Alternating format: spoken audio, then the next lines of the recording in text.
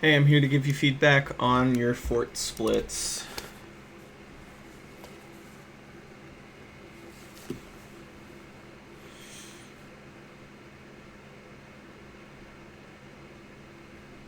Unlucky, not on the fortress. Okay.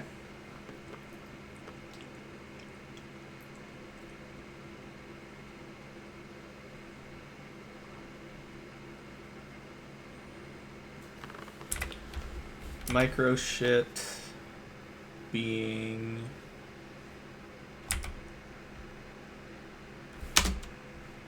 okay, that was a crit.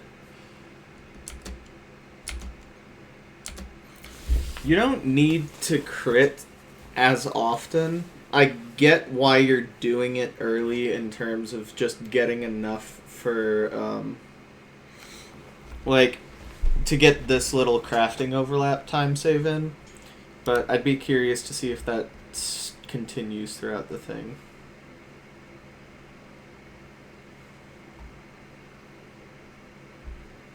Also, ideally, like, I think you would have those overcrafted or pre-crafted before you got to this point. Micro shit here. Like, okay. A couple of things going on.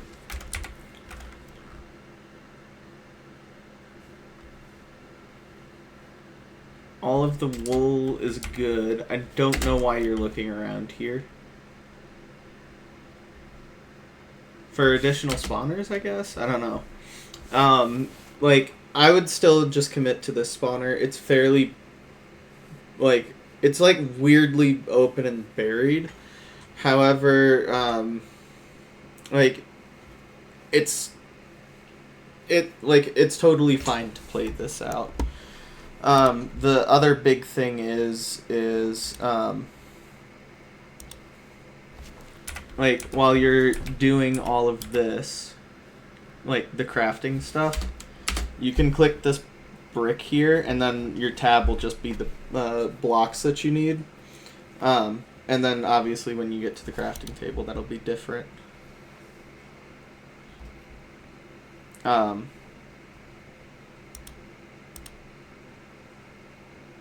Other thing is get a read on this guy in the middle. He's spinning kind of quick, so you kind of know that he's about to pop.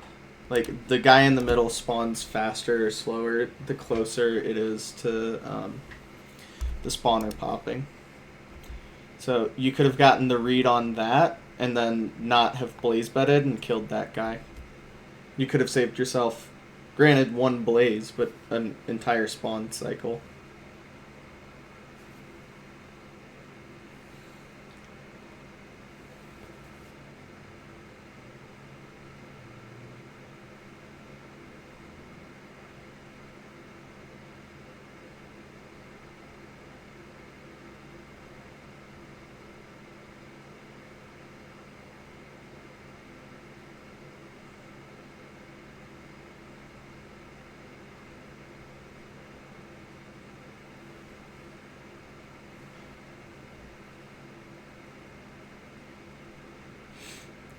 Some micro stuff here. I know that you probably don't play ranked, but getting stuff set up for ground zero is probably a good thing as well.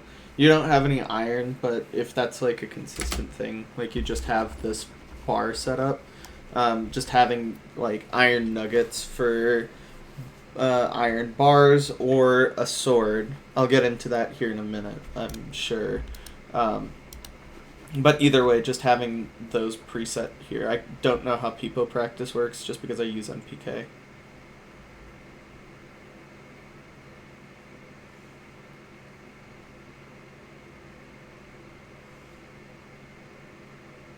Okay, it's different. Cool.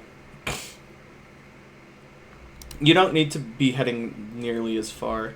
Like, you never see, like, these blocks at all break for a blaze bed, right? So, like, if you're trying to slap something down, like, you don't need to slap it down super far.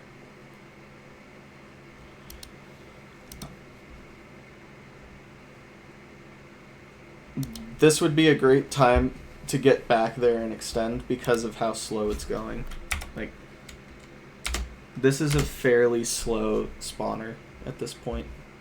Of course, it's like ramping up kind of quickly, but I think it's fine. Yeah, so tossing out the iron there, that's, what, 4 bars? That's enough for a sword. I'm seeing more and more top level runners, hacking noises being a great example of this. He'll switch between a sword and an axe just because it's just faster. So, and it's also not that mechanically more difficult, I suppose. Granted, you still have the 2 iron actually, so.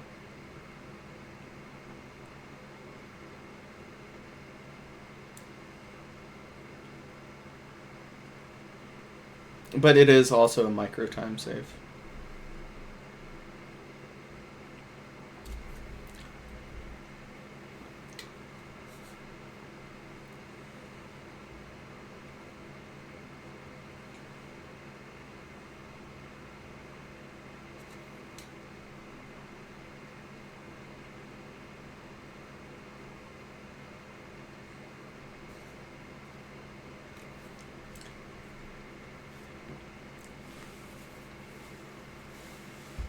That was a really good split, though.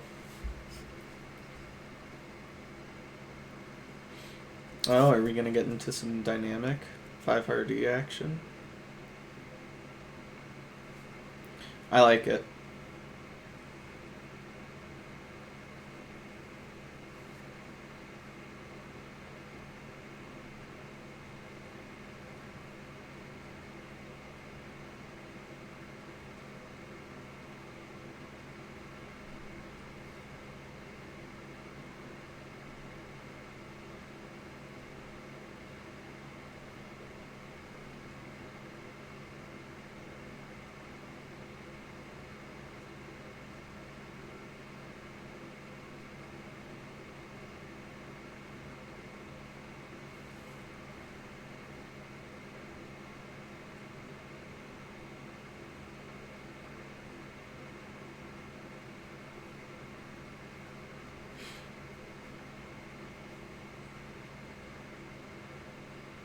I think it's useful to start, like, extending your spawners. Yep, never mind. Why didn't you do the other 2? Blaze boat. You can, like, set your boat there, and then, like, once the blaze flies up, you just have a sitting duck. Instead of, like, this shit.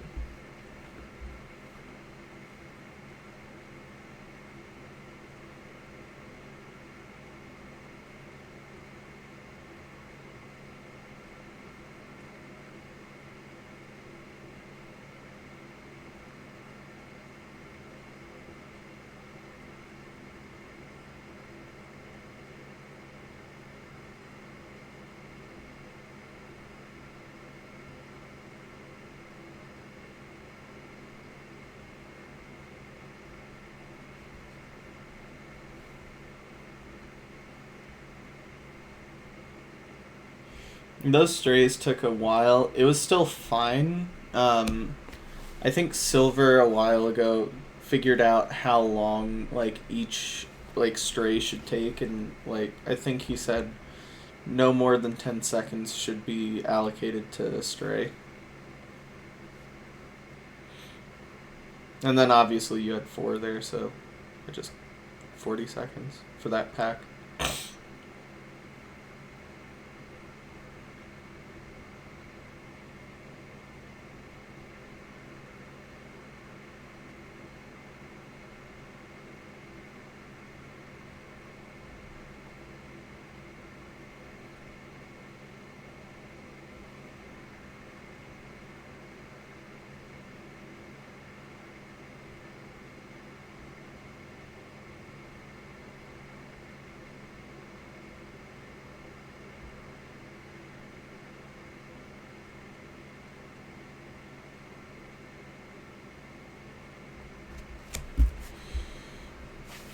That was really good.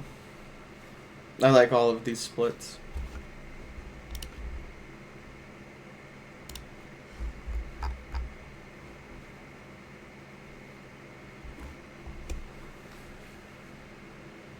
Double spawner.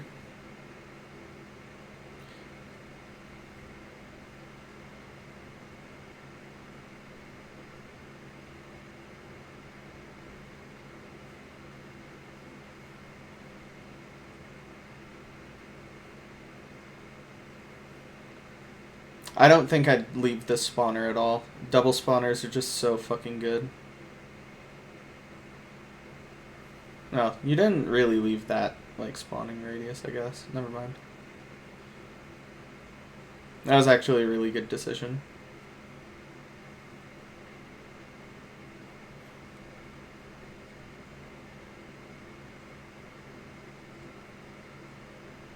I love all of the subtle overlaps here, by the way.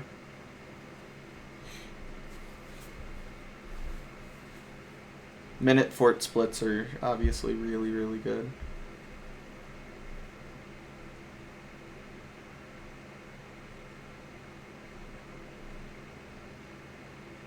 Next.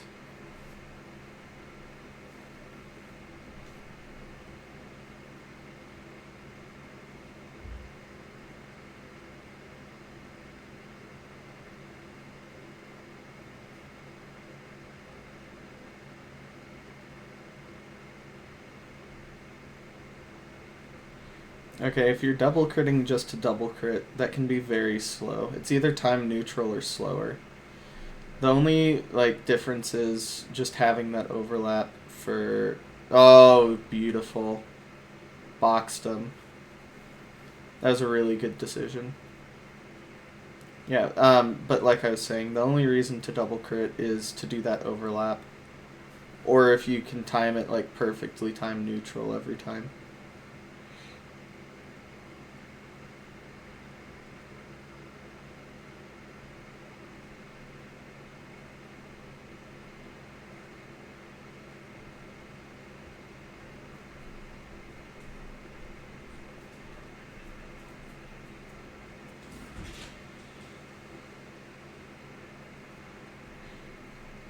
Okay, couple... Well, I guess it's fine because you're on 4 rods.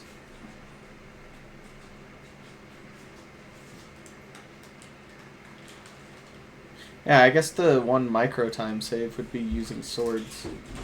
Especially on, like most of the time, like, the argument for, like, against a spawner... Or, sorry, using a sword is the knockback, right? Which I get on totally open spawners that are blaze bedded. However, if you pair it with axe, then both the axe's drawback of being slower than sword and the sword's drawback of having too much knockback compared to axe both go away because it gets away with an axe crit and a sword crit, right? So using those two in tandem, really good. However, if you have enclosed spawners or, like, the railings still, the knockback just doesn't make any sense to me because you're just knocking it into, like, the side of a, like, boxing ring, right? And that's, like, where you want it to be. Like, you want them up against the ropes, right? So, it just... I'm advocating more and more for swords. I think that they're just super good. Not to mention it helps with, like, later in the run. Let's say if you need to kill a dragon because of one cycle. Like, swords will just help you do that better. Like, higher DPS, less dragon healing, all of that kind of thing. And if you need string from a library, let's say. Also, like, a good... thing to have is the sword, obviously. So, overall, I thought that those fort splits are great. I think I think I just said that again, but regardless, the, like, two things that I would say is the sword stuff, and then awareness of the guy in the middle, so that way you can blaze bed a little bit better. I think your dynamic is really good. I think having the timing for the strays is also super helpful, but I think that's all of what I've noticed.